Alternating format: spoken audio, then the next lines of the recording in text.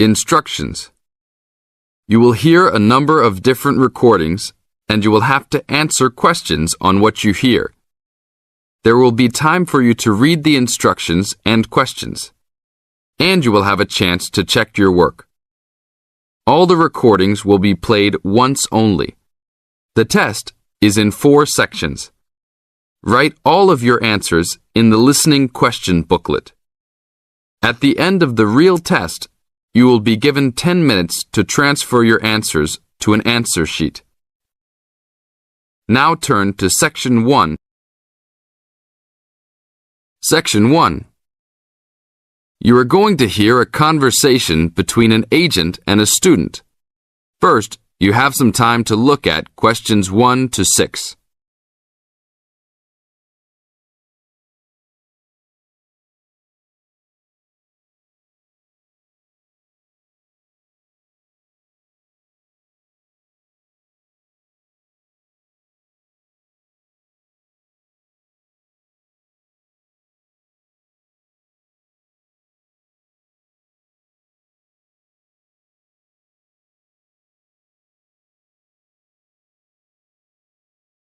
Now listen to the tape and answer the questions. 1 to 6. Good afternoon. Good afternoon. Do you rent apartments here? Yes, among other things. Are you looking to rent an apartment? Maybe, but I think I might actually be more interested in renting a house. Do you rent those as well? Yes, we do. Will you be renting alone?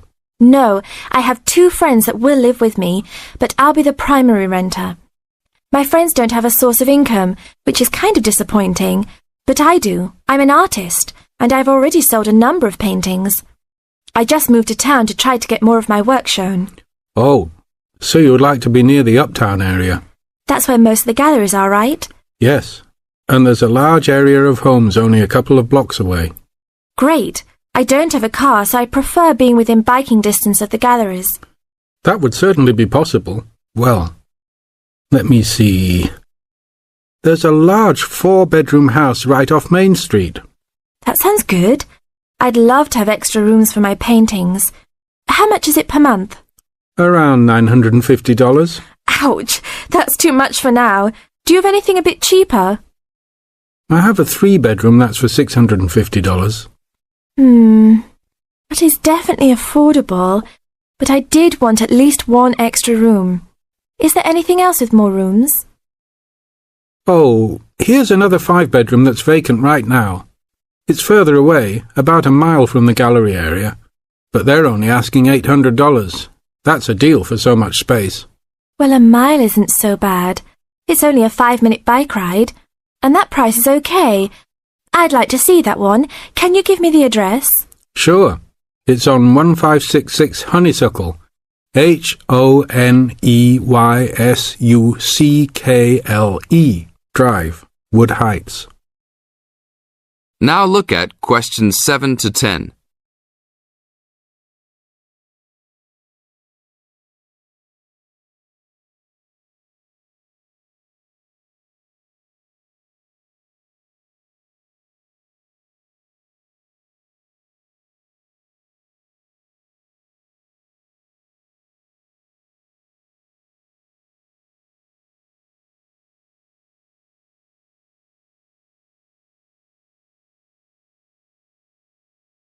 As the talk continues, answer questions 7 to 10.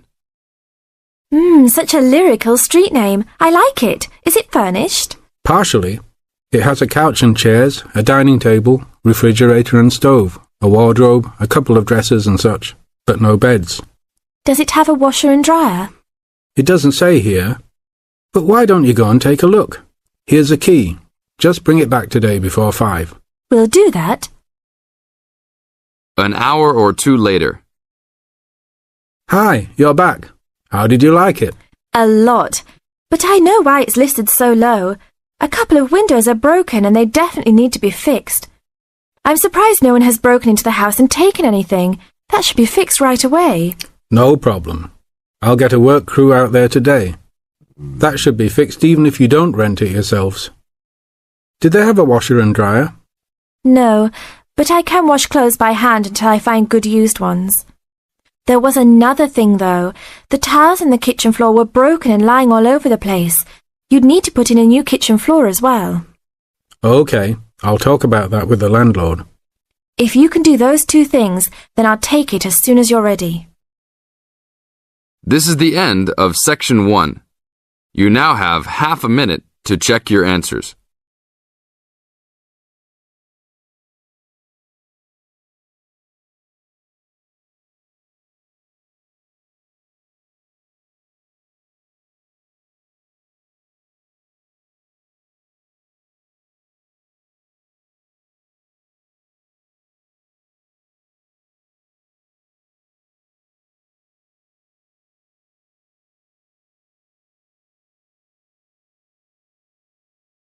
Now turn to Section 2.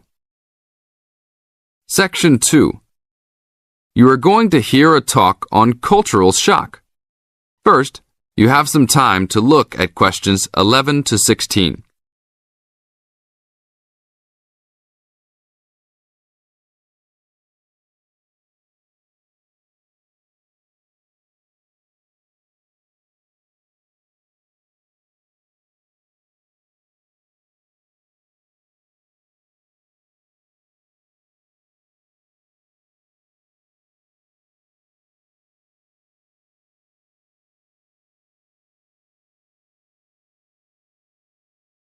Now listen to the tape and answer the questions. 11 to 16.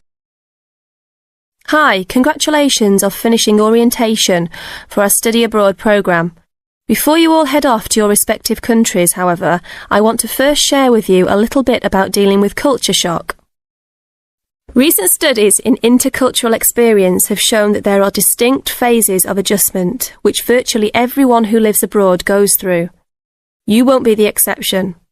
The first phase of culture shock includes gaining an awareness of the host culture, preparing for the journey, and farewell activities. You're all experiencing this right now. The second phase begins when you arrive in your new country and ends when the excitement of the early experiences wear off. When you first get there, you will be overwhelmed. Initial impressions convey a sense of monumentality of the experience. You'll love it. During the third phase, you will start taking a more active role in your setting. This will produce frustration because there will be some difficulty in coping with even the most elementary aspects of everyday life. I remember not being able to find a toilet one day because I forgot the word for bathroom. Anyhow, your focus will shift during this phase to the differences between your new host culture and your home cultures. This can be troubling, but these sometimes insignificant difficulties can be blown into major catastrophes. That's why this stage is most often referred to as culture shock.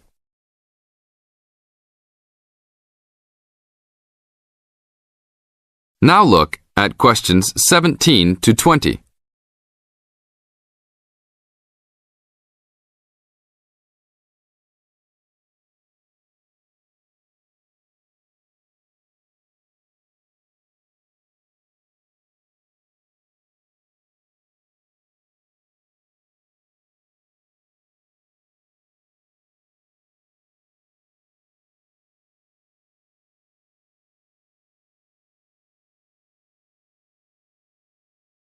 As the talk continues, answer questions 17 to 20.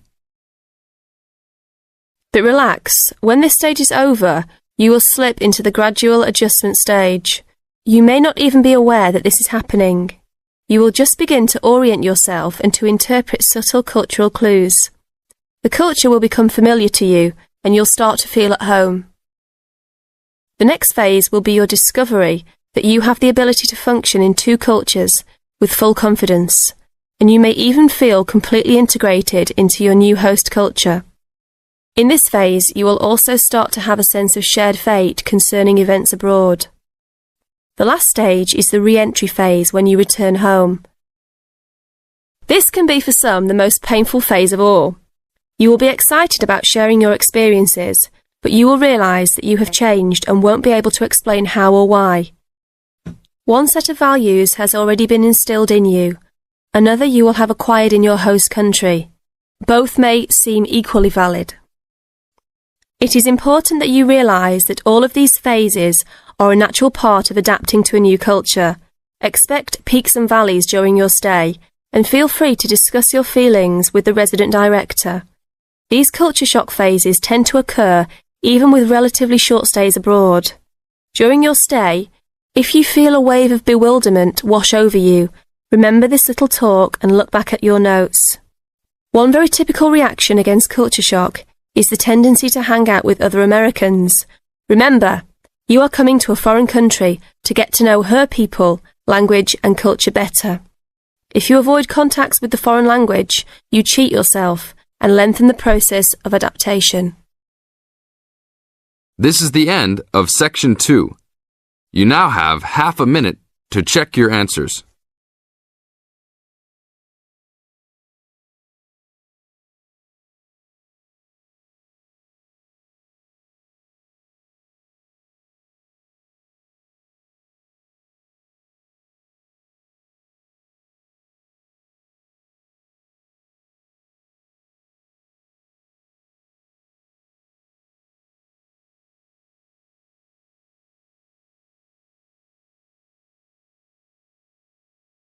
Now turn to Section 3.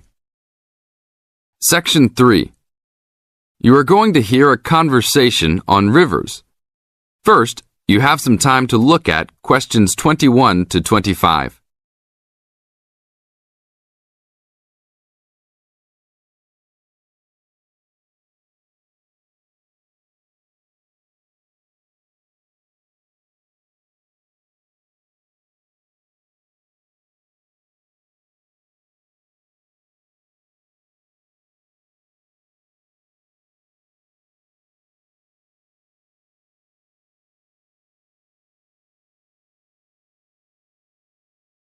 Now listen to the tape and answer the questions. Please tell me about the current state of the Amazon. We have increased deforestation, increased human population relating to deforestation, and a role of fire in the Amazon on a scale that's never been seen in history. At the same time, you can see progress in trying to counter that negative trend. How do you see this? We see this in the creation of national parks and indigenous areas, and efforts to fund sustainable development activities for locals. We see both good and the bad, and it's going to be a race to finish. I understand that you started the Minimum Critical Size of Ecosystems project. Could you tell me about it? A number of years ago, it became apparent that those practicing conservationists didn't have the scientific information available to properly design a conservation area. They didn't know how big it had to be, right? People were learning that as forests fragment, the fragments begin to shed species after they become isolated, so they end up becoming poor examples of what they had been. This relates to the size of the fragment. Do people still study this? Yes, there is a rich subfield of conservation biology that looks at the efforts of fragmentation. One of the consequences is a general policy response to set up protected areas that are fairly large, something on the order of 1,000 square kilometers. Now look at questions 26 to 30.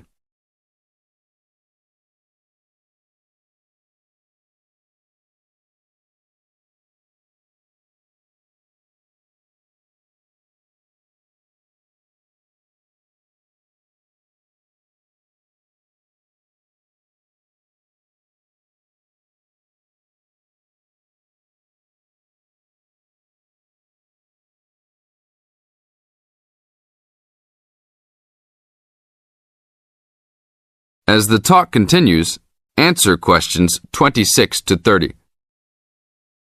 Can you talk a little bit more about the forest fragmentation? As habitats are destroyed, they are accompanied by habitat fragmentation. So when 50% of a forest is lost, the remaining 50% being is not one large block, but smaller pieces, which makes the conservation problem even worse than saying that 50% has been lost. And this affects not just forest, but species diversity, correct?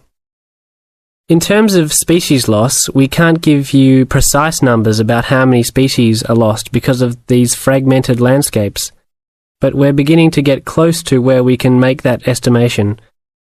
And so one of the policy responses to all of this, beyond just trying to create large protected areas, is to try and reconnect the fragments.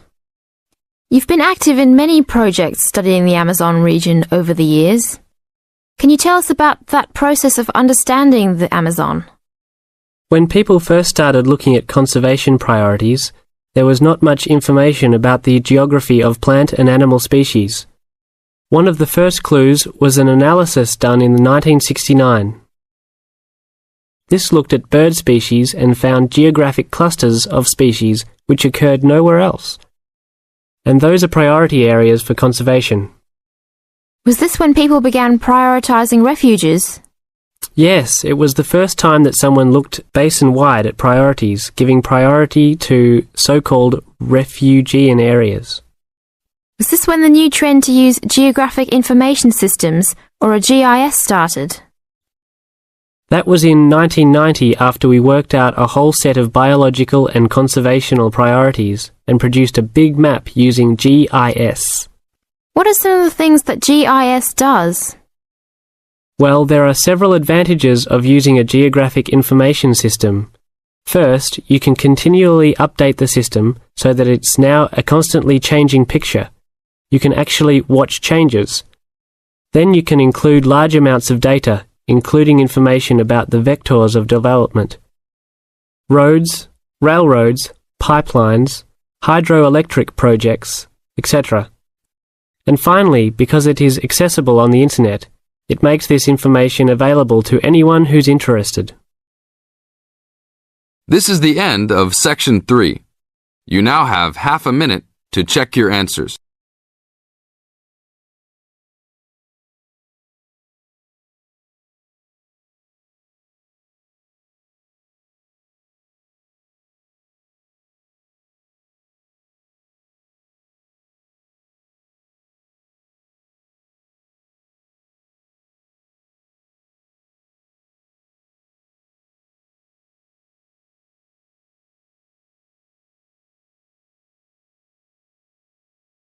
Now turn to Section 4.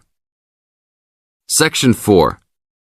You are going to hear a talk on Anne Bonny, a female pirate. First, you have some time to look at questions 31 to 35.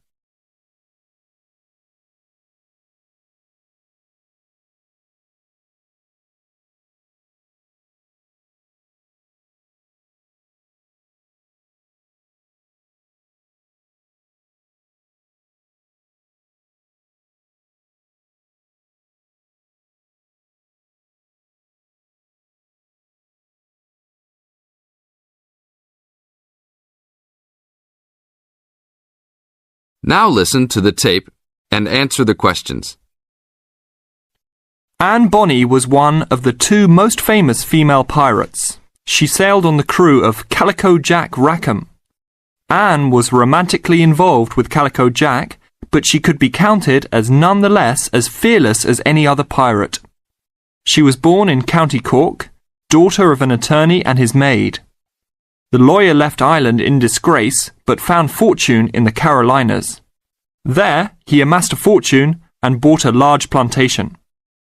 A ne'er-do-well pirate sailor named James Bonny married Anne in an attempt to steal the plantation, but Anne's father instead disowned her. Bonny then took Anne to the Bahamas, where he turned informer to Governor Woodes Rogers, turning in any sailor he didn't like as a pirate for a handsome reward. Anne quickly grew to dislike her spineless husband and quickly caught the eye of one Calico Jack Rackham, a pirate of some renown. Governor Rogers had recently passed an amnesty for pirates, which left Bonny out of work. The admiration between Anne and Calico was mutual. Calico Jack was a handsome man who knew how to spend money as well as steal it. Anne was a well-endowed lass with a fiery spirit and a temper that matched that of any man. In any event, Calico offered to buy Anne from Bonny, but Bonny instead took the matter up with Governor Rogers, who said that Anne was to be flogged and returned to her true husband. That night, Calico and Anne slipped out in the harbour, stole a sloop, and began a life of piracy together. Now look at questions 36 to 40.